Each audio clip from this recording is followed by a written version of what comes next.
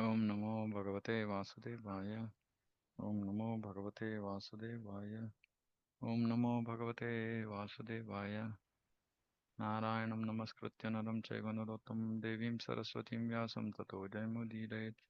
Ashtaprayeshu Bhadreshu Nityam Bhagavata Sevaya.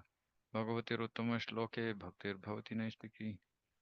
Om Agnanathmirandasya Gnananjana Shalakaya. Yakshurunmilitam Yena Tasmai Shri Gurave Namaha.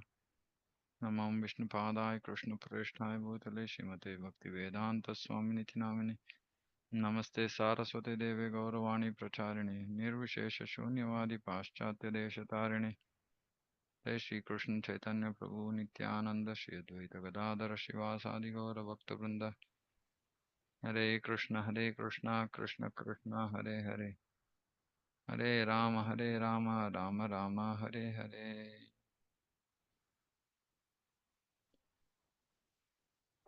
Bhagavatam Canto 4, Chapter 22, Verse 28. Atmanam indriyartham cha param yad ubayorapi satyashaya upadhau vai puman pashyati nanyada. When the soul exists for sense gratification, he creates different desires, and for that reason he becomes subjected to designations. But when one is in the transcendental position, he is no longer interested in anything except fulfilling the desires of the Lord.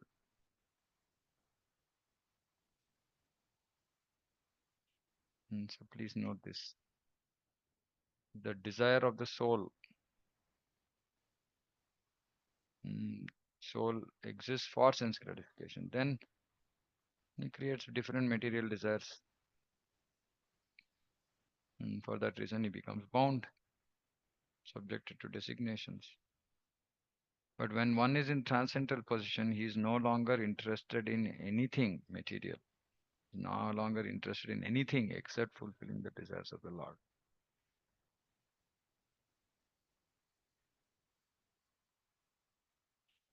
Being covered by material desires, the spirit soul is also considered to be covered by designations belonging to a particular type of body.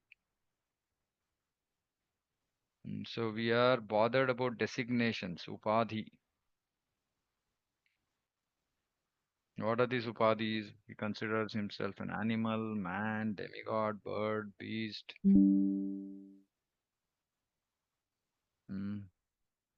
father, daughter, son, wife,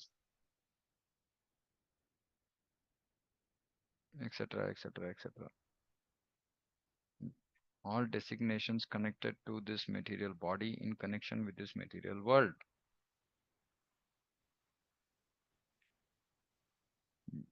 So, because the soul exists for sense gratification, he becomes subjected to designations.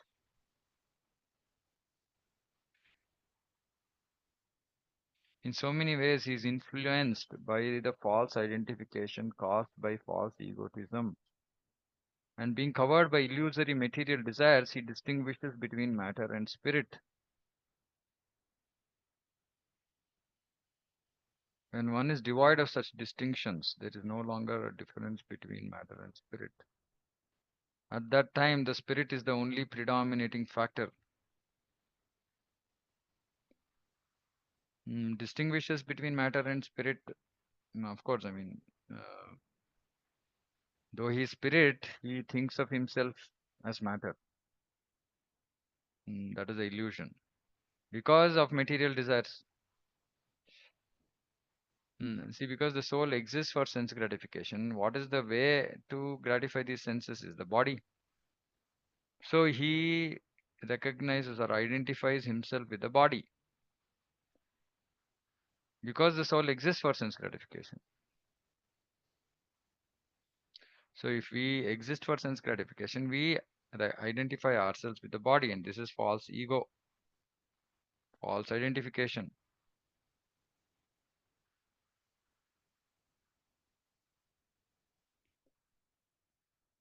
As long as one is covered by material desires, he thinks himself the master or the enjoyer. Thus, he acts for sense gratification and becomes subjected to material pangs, happiness, and distress.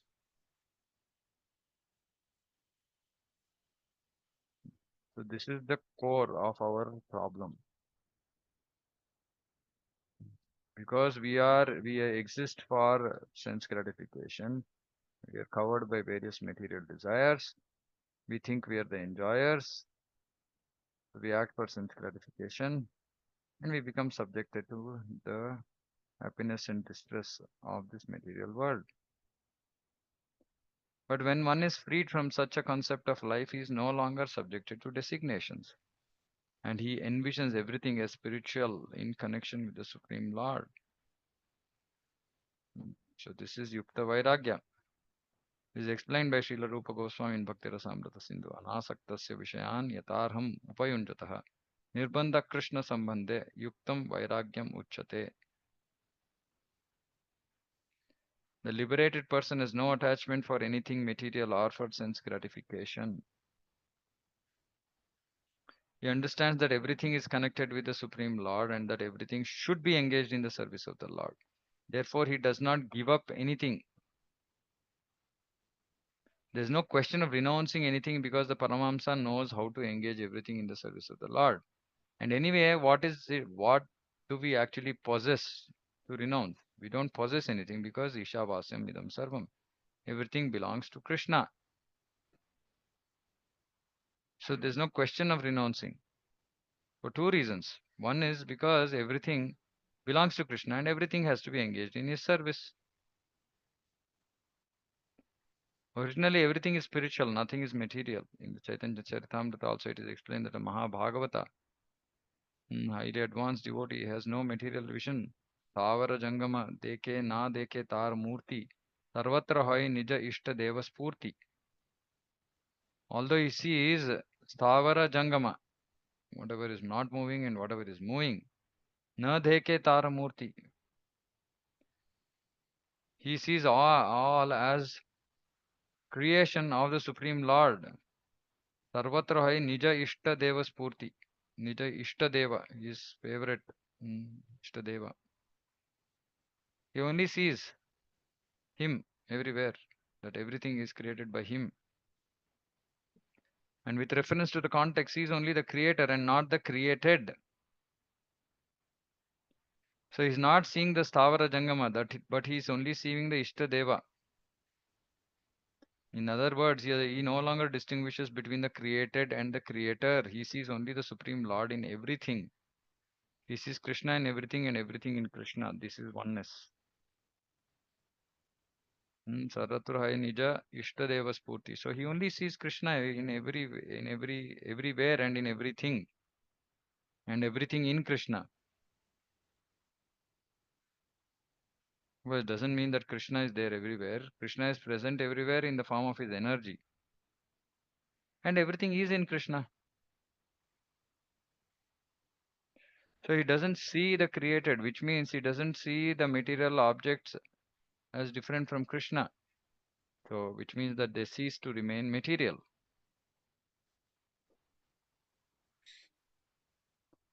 Anyway, for us in our state, at least we should try to use everything in the service of the Lord. Even if we cannot see Krishna in everything, we should at least understand saying that everything belongs to Krishna, so we should engage everything in his service. That will bring us to the state where we will not see anything material at all, but we'll see everything is spiritual.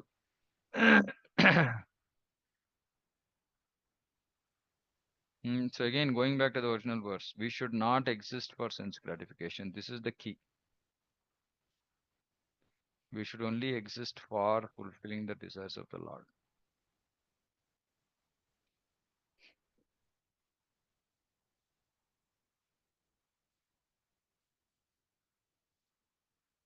निमित्ते सति सर्वत्र जलादाव अपि पुरुषः आत्मनश्च परस्यापि भिदां पश्यति नान्यदा.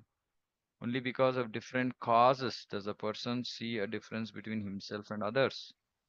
Just as one sees the reflection of a body appearing differently manifested on water or on oil or in a mirror. Mm. See, only because of different causes, material causes, does a person see a difference between himself and others? Meaning, he wants to achieve something for himself, so he distinguishes himself from others.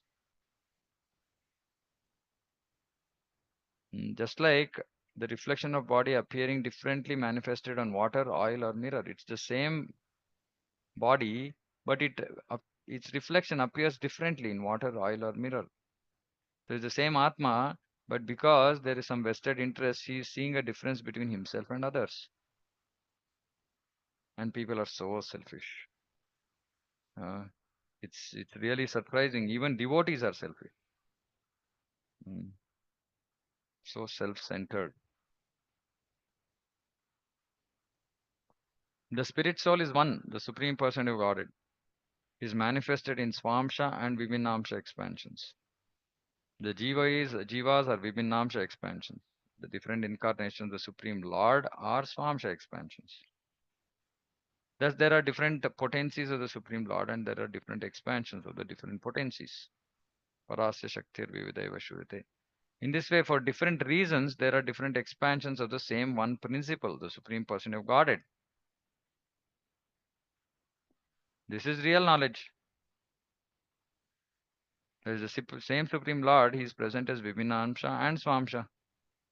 And even amongst Vibhinamsha, because we are seeing different causes. Hmm. This understanding is real knowledge, but when living entity is covered by upadhi or designated body, he sees differences. Though we're all Vibhinamsha, we're all part and parcel of Krishna, but we are seeing differences.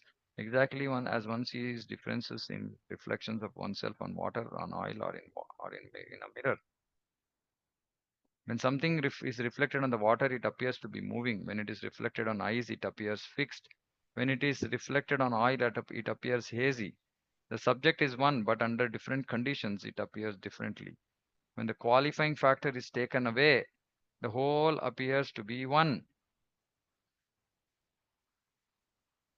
In other words, when one comes to the Paramahamsa or perfectional stage of life by practicing Bhakti Yoga, he sees Krishna everywhere. For him, there is no other objective.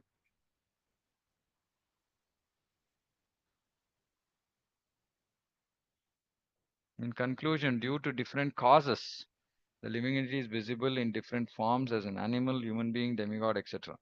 Actually, every living entity is the marginal potency of the Supreme Lord. In Bhagavad Gita, therefore, it is explained that one who actually sees the spirit soul does not distinguish between a learned Brahmana and a dog, an elephant, or a cow. Pandita Samadarshinaha. When is actually learned, sees only the living entity, not the outward covering. So there are different causes because of which the different desires and then different bodies. But Pandita Samadarshina, he only sees the Jiva, the Atma. He does not see the outward covering. Differentiation is therefore the result of different karma for fruitive activities. And when we stop fruitive activities, turning them into acts of devotion, we can understand that we are not different from anyone else, regardless of the form. Hmm.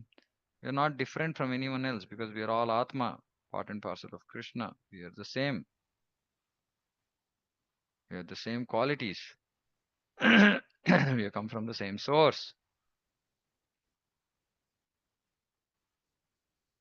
This is only possible in Krishna consciousness. In this moment, there are many different races of men from all parts of the world participating, but because they think of themselves as servants of the Supreme Lord, they do not differentiate between black and white, yellow and red.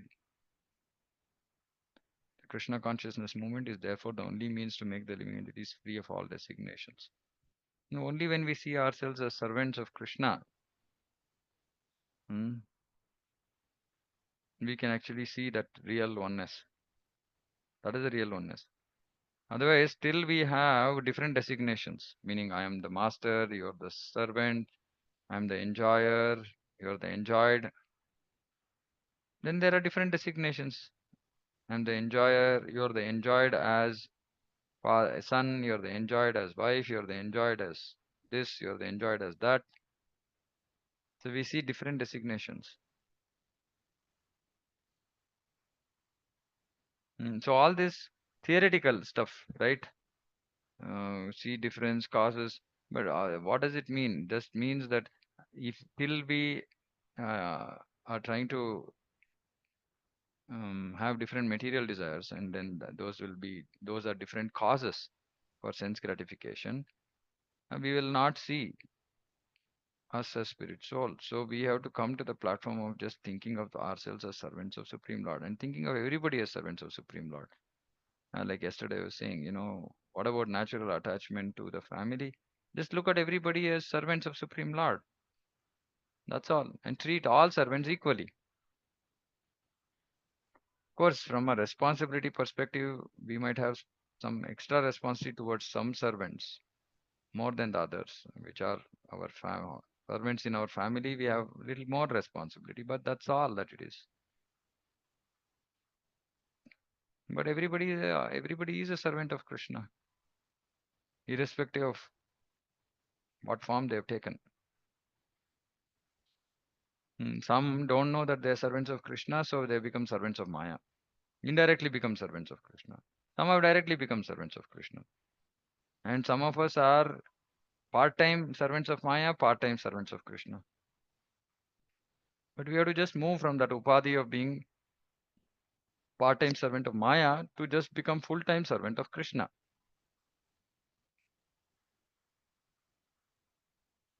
Then we don't experience all this pain and pleasure of this material world. You have to just remember all the time that I'm just servant of Krishna. That's all. Yeah, Prabhu. Hare Krishna Prabhu. In this purport, I think the point is stressed by Prabhupada that since all of us are basically part and parcels of Lord, so hence we should not have any distinction, right? Mm, So, designations. also, Yeah. yeah, so just to understand the other aspect where all of us have some qualities of Lord, right? So, for example, some people might be having a hasya rasa relationship with the Lord. Some people might be having a seva rasa, right? So, how to understand that? Like, is it also simultaneously same and different? Just Meaning? wanted to- Simultaneously same and different meaning. So, for example, we are same in the sense that we are part and parcels of the Lord. Yeah. Mamaivam okay, right? Mm, But we also have certain qualities which are unique to each and every soul, right? okay. Because every soul is unique in the sense of some sense of servitude to the Lord or some relationship with the Lord. Mm-hmm. So in that sense, they are also different, right? Yeah, I mean, we are not saying we are one. The oneness is in interest. That is what we already discussed, right? The oneness is in interest, meaning when our interest is in line with the interest of the Lord, that is oneness. We are not saying that we don't exist differently, right? That is Mayavad. This oneness is always is one at the same time different. Always, right? Whenever we Yeah. talk about oneness, we should always remember it is Achintya Beda Beda. So we are one yet different. One, because we are all part and parcel of Krishna. We are men. We have been created for His enjoyment, and our interest should be in line with His interest. That is a oneness. The difference is that we are separate entities, and we have our own ways of, eternal constitutional position. We have our own eternal constitutional position, which are all unique and different, right? Uh, Through by means of which we are actually trying to serve Krishna, Yeah. right? So yeah, we are all one yet different. Yeah, so wanted to understand a little more details in depth, about this difference in Achintya Beda Beda, right? So, like, um, what is written in Shastras with respect to that? How to understand that which qualities are there for each soul? Like Yeah, it is on Swarupa, right? yeah. So, That we will only come to know when we reach perfection. We okay. can't understand right now. So right now, that is why everybody is in servitude. Is in just everybody is a servant. Now, what flavor of servant, that we will know only in course of time, Hmm. right? But Krishna, Raso Vaisaha, he is the source of all rasa, and he created all of us to expand his enjoyment, right? So we should know that we have been created only for that purpose. That is the first thing we have to know. right? And first we have to start acting on the basic platform of dasya. mm, Chaitanya Charitamrita discusses this further, that while all the rasas are based on servitude, but they manifest differently, right? Like Yashoda tying up Krishna is also a mood of servitude only, is also dasya rasa only, but in mm, special vatsalya, with special vatsalya, right? So dasya is the foundation, which, in other words, Yashoda Mata is binding up Krishna not for her sense enjoyment. She is mm, binding Krishna because Krishna likes it. So it is still servitude. It is still dasya only. Doing whatever Krishna likes, whatever makes Krishna happy, right? But what exactly is our Swarupa Sthiti, that we will know in course of time. How will we know? By doing Shravanam, by hearing about all the different rasas. Then when as we hear, because that Swarupa Sthiti is Supta, is already in our heart, right? And in a dormant condition, in asleep, right? And when we hear this, when we hear the exchanges of different rasas, the jivas with Krishna, then some rasa will appeal to us more than others. Still, we cannot definitely say that this is our eternal rasa, but as we continue to do that hearing more and more, uh, slowly, steadily, we will start to, feel those emotions, right? And that is all internal, and that is at a very high stage. But for that, prerequisite is that the heart has to be clean of all material desires, mm, right? Only when we have come to the clean state, then actually some of these things can be understood, experienced, etc. But otherwise, if we are still having material desires, and if we are thinking of something like, our Swarupa Sthiti, etc., that is just mental concoction, right? Because this Swarupa Sthiti will not get manifested till we are completely pure. That is why Brahma Bhuta Prasannatma, right? yeah. When we are in this Brahma Bhuta stage, Mad Bhakti Labate Param, then only we come to the stage of pure devotional service. And then, as we make further progress there, we can understand whatever real rasa is. But yeah, these verses right now, they are just focusing on the fact that we are all servants of Krishna. We should not have upadhis, which means we should not have material desires. We should not have separate interest, apart from the interest of the Supreme Lord, which we'll understand by the instructions of the Guru. These are the instructions in these verses, right? So when we actually follow these in our life, then eventually we will come to the stage of actually understanding whatever rasa is, etc. But it's still far away, right? At this point of time, we need to just focus on this. And actually, Shastra also says that we don't have to worry about this. It's not like some subject for worrying. Oh, what is my constitutional position? It will automatically get revealed.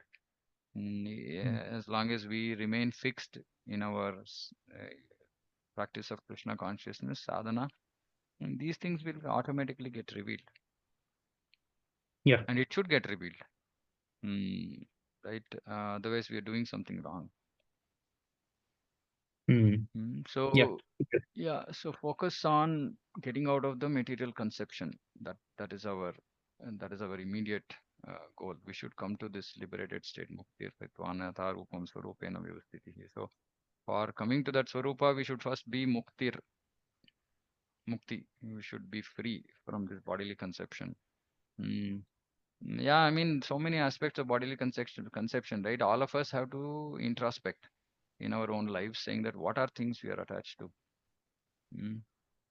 It could be money, it could be family, it could be food, it could be anything, right? Mm, But just attachment. I saw actually, in this Vyas Puja, so we're all gone for Vyas Puja of His Holiness Bhakti Vikas Maharaj in Tirupati. And the Vyas Puja day, mm, the prasadam was super opulent. I mean, already there are like so many bhoga offerings, more than 1,500 bhoga offerings, and which are all being distributed to all the devotees. In addition to that, even the devotees who had organized the Vyas Puja had also had like more than 10, 11 items on just you know. And then I was seeing the plate was literally full and overflowing. Um, but yeah, devotees are still wanting to take more prasadam, and eventually many of them, as we see every year, they couldn't finish what they're taken in their plates, and then they required separate other plates or covers or you know uh, whatever, right, to carry what they couldn't finish because not supposed Yeah. to throw. Now this just shows that we can see, we can make out whatever ability is actually, if we can take a step back and say, okay, so many items, I don't think I'll be able to eat all this. Or is it required to actually eat all that in so much quantity that I become so full that I'm not going to eat evening prasadam, right? No, it's a yuktahara viharasya. No, this also is not something that many devotees take many years to come to even this state. I was just saying, okay, all these things are there, but I don't need all this. I don't need so much. I can't even anyway digest, or I'm going to just inconvenience myself or become lazy and drowsy, not engage in anything meaningful. Rest of the day I'm going to just be. So these things a devotee has to think, saying that oh, wow, what is the point? Just satisfying my senses, gratifying my senses. And anyway, because I still have a material body, my material body is going to get troubled. Simple things like this, we don't think, isn't it? So first, I think we should just uh, come out of this state, right? Of uh, just too much still enjoyment propensities are there. Um, while yeah, the only thing we are fortunate that we are doing that in Krishna consciousness, or in as in okay, things are connected to Krishna, so somehow over a period of time we'll get purified of all this. But the point is, still we are able to come raise above all these, right? We cannot think about Swarupa Sthiti. We cannot think about Swarupa Sthiti. So we should experience higher taste in bhakti because that's the only way. That's the only way we can give up all this, lower taste. Yes, true. Yeah. Okay. Yeah. So these beautiful verses actually, that's why this sometimes in some of these verses we might just read and say, yeah, yeah, I know all this, I know all this. I know all this, but I don't really put any of these into practice.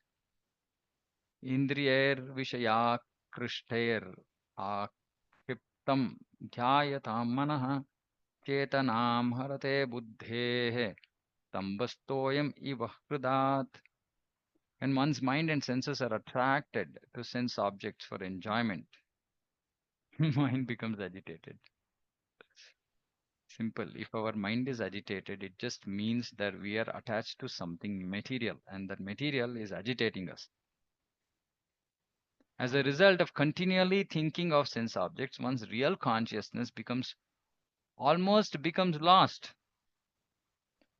like the water in a lake that is gradually sucked up by the big grass straws on its bank. Just such a powerful sutra. I mean, this is self-realization, right? This is actually understanding the self. So what is this? Saying that if we continually think of sense objects, one's real consciousness almost becomes lost. Dhyayato vishayan pumsan sangasteshu upajayate. Krishna says in Bhagavad Gita, second chapter. Dhyayato, dhyana. We are almost in samadhi, material samadhi we are in. We are in material samadhi, which is otherwise called ignorance. But just to make it more graphic, material samadhi, we are so engrossed that we can't see anything else. When we are in this stage, our real consciousness becomes lost. Mm. Real consciousness becomes lost, then we are attracted to sense objects, then we become agitated, then we have to experience happiness, sorrow, blah, blah, blah. everything. So all this starts with desire. So if you have a desire for sense gratification, then we will continuously focus on those objects which are going to give us sense gratification. And then our real consciousness is lost. Then we become attracted to these objects. Then we mind becomes agitated. We become fallen. Everything starts with desire. So one another thing that we can all think of is saying that can I develop a very strong spiritual desire? If I develop a very strong spiritual desire, then there is possibility of me now to achieve that desire continually think of mm, things which are not for sense gratification. So I'll continually think about how I can achieve that desire, spiritual desire. Then my real consciousness can become reawakened. That is the reason Chaitanya Mahaprabhu's movement is very, very powerful.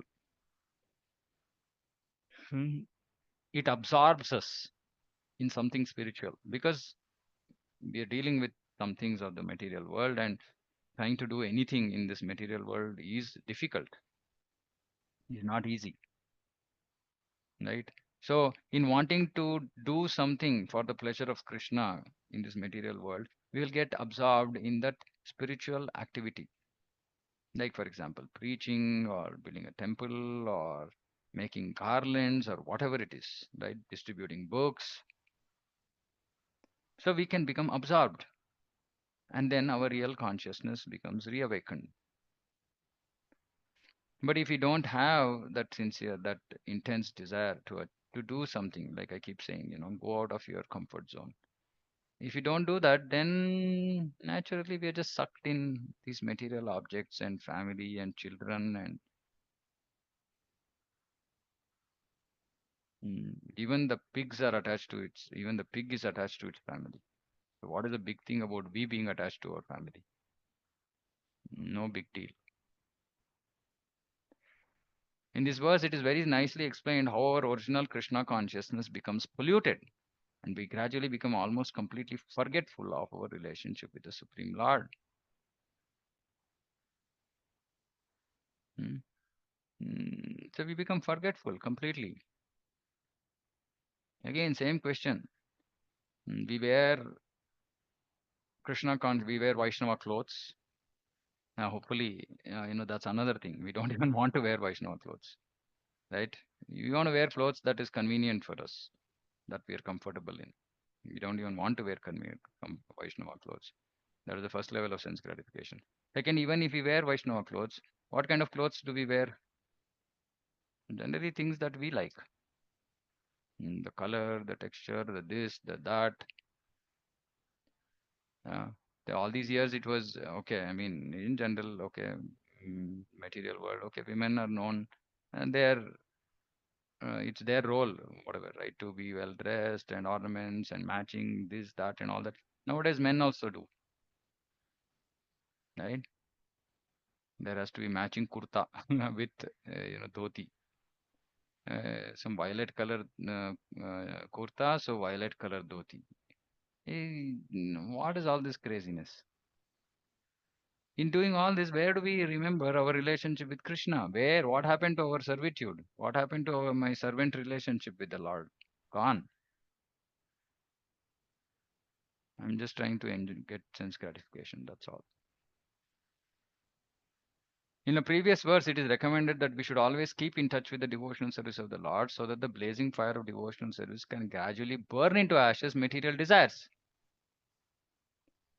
and we can become liberated from the repetition of birth and death. So, the blazing fire of devotional service, the fire of devotional service has to blaze. Blazing means like, intensely burning. Mm.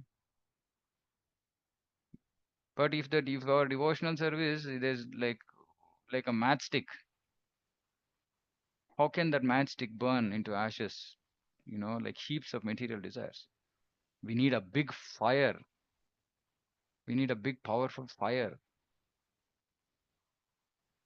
and that big powerful fire is intense devotion. Tivrena bhakti yogena. This is also how we can indirectly keep our staunch faith in the lotus feet of the Supreme Person of Godhead.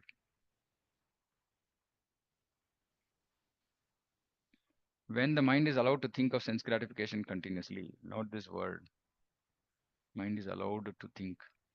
Prabhupada is not writing when the mind is thinking of sense gratification continuously. Because there is somebody who is higher than the mind. Hmm?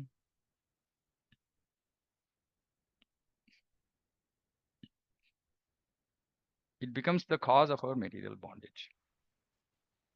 So we should not allow our mind to think of sense gratification. If our mind is simply filled with sense gratification, even though we want Krishna consciousness, by continuous practice, we cannot forget the subject matter of sense gratification. See, please understand. We cannot give this reason saying that, oh, yeah, I've anyway engaged in bhakti, so I'll forget this sense gratification. No, till we continue to pour that water of sense gratification on our fire of devotional service, we cannot forget the subject matter. If one takes up the sannyasa order of life but is not able to control the mind, he will think of objects of sense gratification, namely family, society, expensive house, etc. Even though he goes to the Himalayas or to the forest, his mind will continue thinking of the objects of sense gratification. In this way, gradually one's intelligence will be affected. One loses his original taste for Krishna consciousness. Dhyayato Vishyan Pumsa. The example given here is very appropriate. If a big lake is covered by all around by long kusha grass, just like columns, the waters dry up. Similarly, when the big columns of material desire increase, the clear water of consciousness is dried up. Therefore, these columns of kusha grass should be cut or thrown away from the very beginning. Chaitanya Mahaprabhu is instructed it that if from the very beginning we do not take care of the unwanted grass, weeds in the paddy fields, the fertilizing agents of or water will be used by them, and the paddy plants will dry up. The material desire for sense enjoyment is the cause of our fall down in this material world, and thus we suffer the threefold miseries and continuous death, birth, old age, and disease. However, if we turn our desires toward the transcendental loving service of the Lord, our desires become purified, but not turning desires. Again, the root is desire. We have to turn our desire towards loving service of the Lord. We cannot kill desires. We have to purify them of different designations. If we constantly think of being a member of a particular nation, society, family, and continuously think about them, we become very strongly entangled in the conditioned state, life of birth and death. Mm. But if our desires are applied to the service of the Lord, they become purified. And thus we become immediately freed from material contamination. So our desires have to be applied to the service of the Lord. Otherwise, they cannot become purified.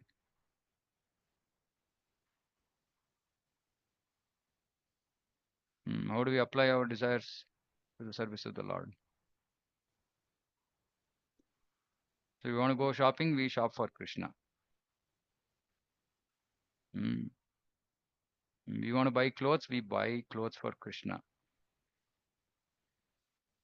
Of course, first stage is people are materially engaged. So, first stage is okay, instead of engaging outside, buying all kinds of nonsense stuff, I'll buy stuff which is connected to Krishna consciousness. I did that for many years in my life. I used to just buy books, books, books, books, books.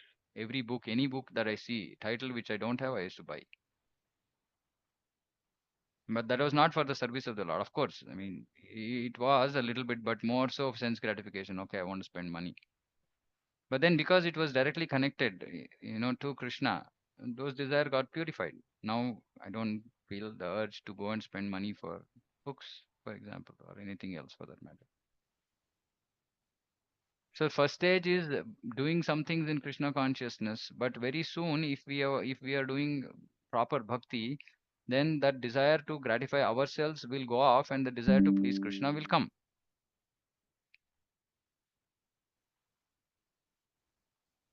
But for all this, we need to be hearing Srila Prabhupada regularly. See, otherwise, see, such heavy purports, who will speak about these things? I mean, how many class, so many devotees here, so many classes online, etc., etc.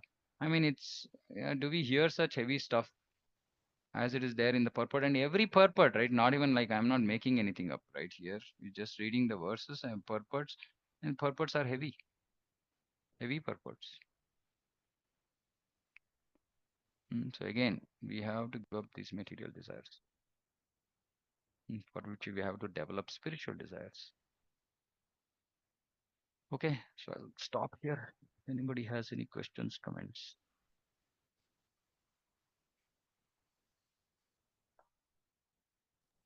anything? Hare Krishna, Prabhu. Hare Krishna. Prabhu, Dandavat Pranam.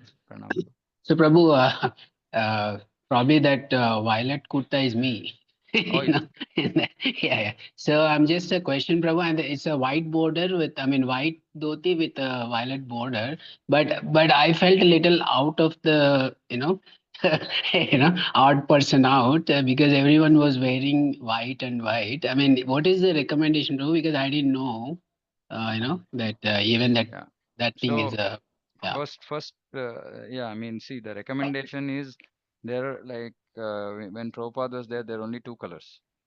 Mm-hmm. One is either you have a saffron or you have a white. Okay. That's it. Right? Okay. White is full white, Mhm, saffron is full saffron. That's all. mhm. Right? Now, Okay. of course, subsequently we say, we dovetail our desires. Okay, then color kurtas came. In fact, even in this kurta, specifically Mhm. for men, right, there it shouldn't have a collar. Kurtas should be Okay. without collar, because collar just indicates again pride. Mhm, mhm. Right? So without collar, and recommendation is it has to be white.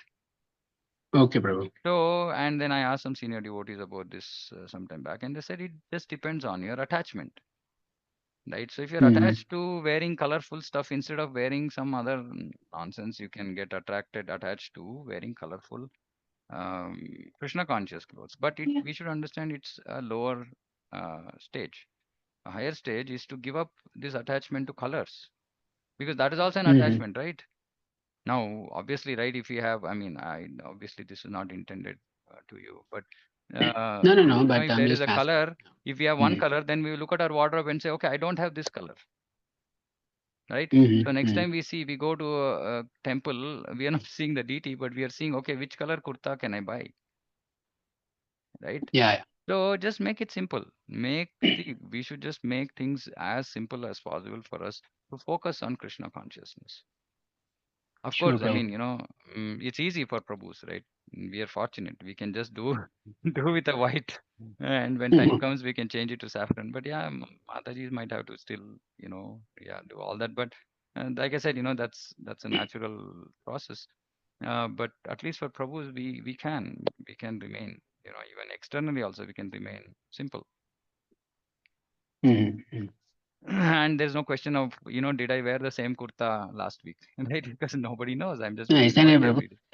No, no, When I I'm went just to saying, Mayapur, Prabhu. I just did I'm some no, shopping, no, right? no. I It's bought not. some kurtas. Like I I said, know, I know that it's color not is like targeted. little odd thing out. I know it's not targeted, but I bought some. I mean, I didn't know that it was necessarily white is what is preferred, By the way, but like I bought some light colored ones, just yeah, to, yeah, yeah. and yeah, all these patterns and this and that and all. Yeah, I mean, and nowadays also there is this new fancy tying kurta, right? Where you tie something around your some, Correct, correct. yeah, right? I mean, all kind of fancy stuff, right? Yes. This is not Prabhupada's ISKCON. I mean, this is all Mhm. all material contamination coming in. That's all. Okay, Prabhu. Yeah. Okay. Yeah, Shashank Prabhu. In fact, I mean, one of the things that I've seen, at least devotees around me, who try and keep it white.